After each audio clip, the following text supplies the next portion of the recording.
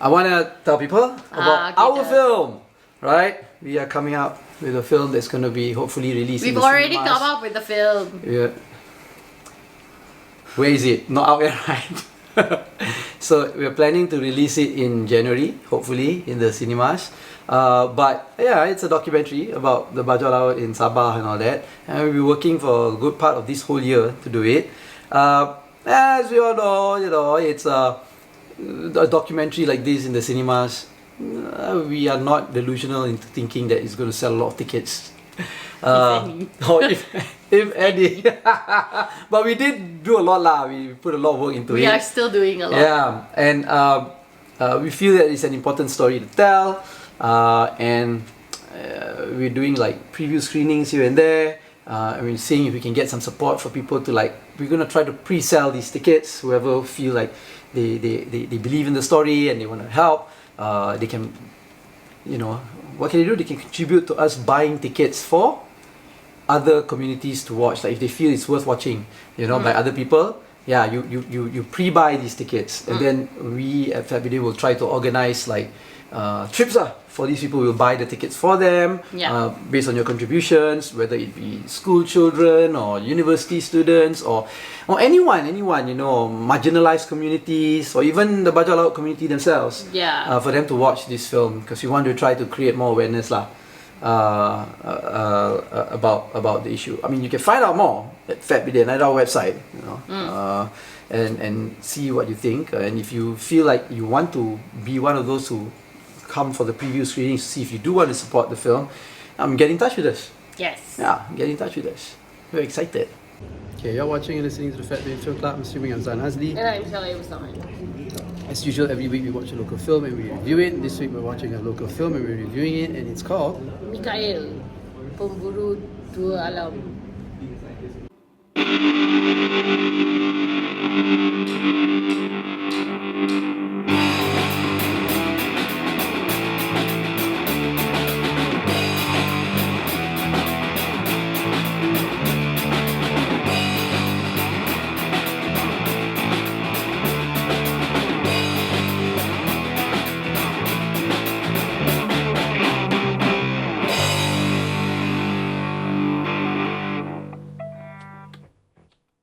Alright, so we watched Mikael.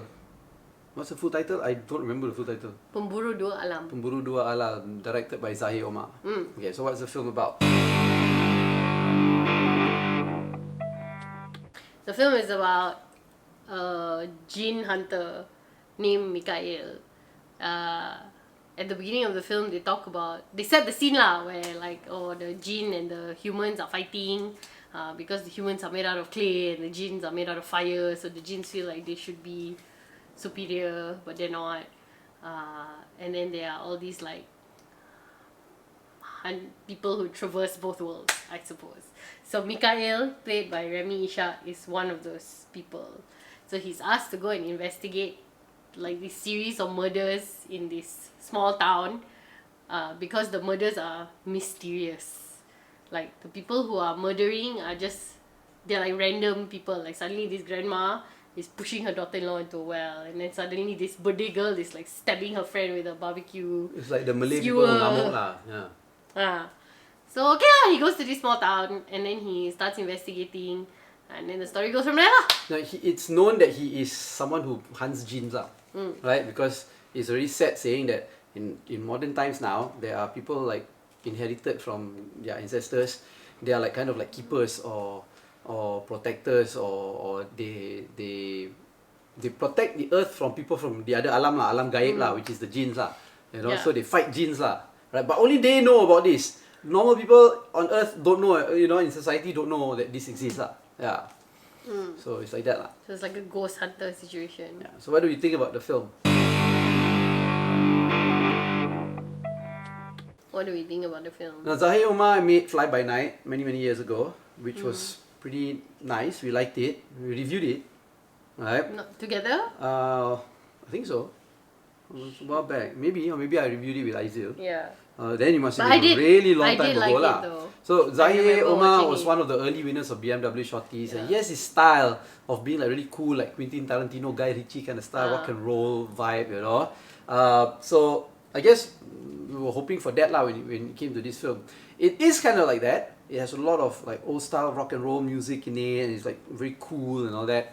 The idea of the story is really really great. But you can also see that he is, not to say that he's copying, but he's influenced by a lot of different things.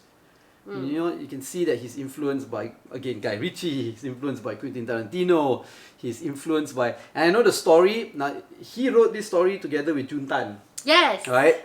I think he's also inspired by the old, so when I was growing up last time in secondary school, there were these like comic books, Malay comic books. They're not really Malay, they're kind of like Chinese comics, but translated into Malay from Malaysia lah. Like Dewata Raya and all those kind of like superhero comic books lah, but very Asian storylines lah, right? They're like Asian heroes lah, and it's a lot of like traditional martial arts and all that, and spiritual world, like in this particular story lah. I can see that he's influenced by that, right? Very very much influenced by that. So to me that was very interesting. I was never a big fan of those comic books, but a lot of my friends were lah. They were crazy. Like when I was in Star last time, right? Saturday when they go outings only from the morning from the hostel, everybody go buy the comics and then they'll be reading it. So yeah, from there I think the story is very interesting. But when I was watching the film, it came off a little bit boring. It came off a little bit boring. I mean, it's not a bad film. Alright, there were parts that were quite enjoyable. Some were very very funny. Some scenes were very funny. Some dialogues were very sharp. But overall, it felt a little bit dull. I thought it was too flashy.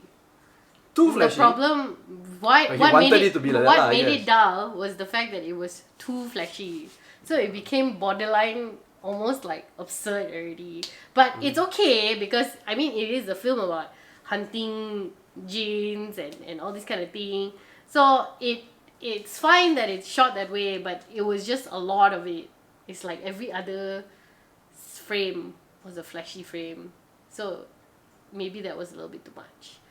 Second, I don't know if this was intentional or not intentional, but the characters were not as fleshed out as they could have been. No. So like they were very two-dimensional. You can already see that they're just playing that one role. So like Mikael is this like very cool, who wears a leather jacket in Malaysia in a small kampong? Mikael does. You know why? Because he needs pockets for like his minyak and his pasir and whatever. But sure, kau tak panas ke? Tengah heat wave, bro. But okay, never mind. So he is memang meant to be this like super cool leather jacket wearing guy who speaks in a low tone and doesn't really say much. And then he's paired with this sidekick lah really, who's this policeman, this ambitious young Chinese policeman who has been assigned Commissioner Kok, who has been assigned to help him, and he is, you know, playing that character of this like over eager, over enthusiastic, very comical kind of sidekick.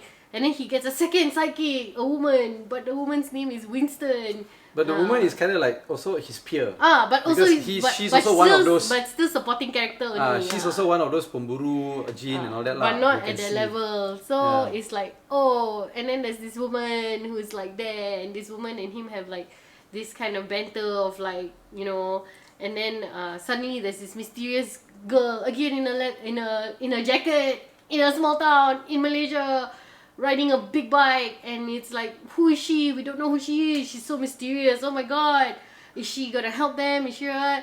But they're all just that. They're all just staying in their lane. There's no like progression of their each of their characters. And then we get it. In the end, they become this like ragtag team of ghost jinn hunters, and they band together to save the day. Haha. Like, okay. We knew that was gonna happen. So there was that, and then Mikael has like this backstory lah. He's like kind of tortured. I don't really want to spoil it because it's not like that bad a film that you want to spoil it, but he's kind of tortured. So even that whole like tortured element, the backstory was so like, not to say surface, but it just wasn't. I felt like it was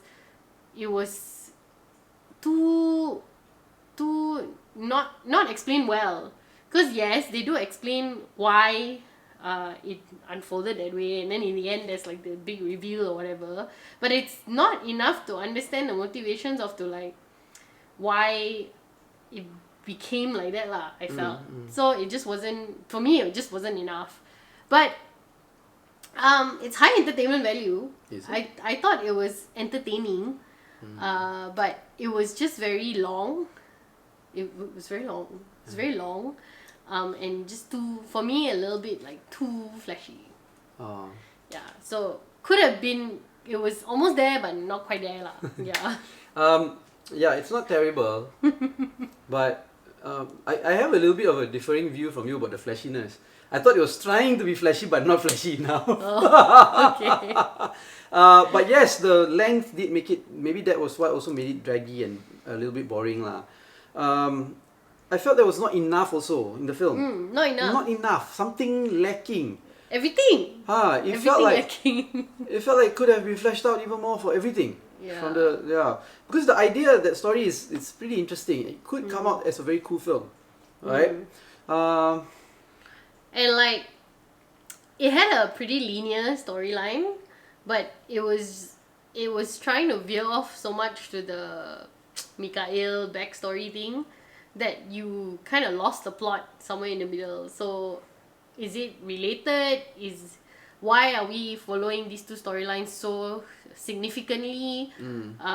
So it could have been a little bit more focused lah. Yeah. Yeah. Maybe a slightly failed attempt to be like Reservoir Dogs or Pulp Fiction lah. I don't know. I think I would have expected a little bit more from. I think my expectations of a Zahir Omar film was a little bit higher lah. Because his Fly By Night was good. He's a good filmmaker. He's a good filmmaker. So maybe expectations are a little bit high. I don't know. But would you tell people to watch this film? Yes, I would still tell Can go, people yeah, to can watch go this watch. film. Because I think it's still a fun enough film to go and watch. Maybe. It's again not terrible. Yeah. It's just not great. Yeah. But it's not bad. It's not bad. It's just it's not bad lah. But is it like, oh my god, you have to go and watch this? Yeah. No. It's just not terrible and it's not great. But for me lah, clearly not for you. For me, I still thought the entertainment value was high lah. It is entertaining. It's very entertaining. You know what made it better? Instead of Remy Ishak, it was Zul Arifin. No, I like Remy Ishak. No, I also like Zul Arifin, but I thought Remy Ishak was great. I don't think Remy Ishak is bad. I like Remy Ishak too. But I just felt he was trying to portray a character that Zul Arifin usually portrays. No, I think Zul Arifin is not tortured enough for this. No, I don't know. Do you get that he's tortured also in this film? Yes, I felt like he was tortured. I knew that he was, but it didn't come across in his I have to personality. say though, Remy Ishak looked real good in this film. Damn. If anyone can wear a leather jacket in a kampong, it's Remy Ishak. Leather jackets are so passé already. It doesn't It's matter. like 1980s, He's got minyak in it. 1980s MacGyver, you know? He's really cool. He looks really, really cool in this film. So go watch it. Go watch it just to watch Remy Ishak look really, really cool in this film. I disagree on that lah. You won't tell people to watch it? No, I would say Zul Arifin would have been better. Okay, but will you tell people to watch this film? I said You this said already. yeah. I said Yeah, that so go watch it. Go watch it. Yeah, what? Doesn't need Zul Arifin. You can watch it even with Remy Ishak. Yeah. Okay. Okay. Alright, that's it. Let us know what you think. Like this video, don't like this video. Subscribe to our channel. Follow us on all our social media platforms at Bidin, or go to fatbidin.com to get everything. You've been watching and listening to the Bidin Film Club. I'm Zahir Omar. And I'm Shawai Mustawan.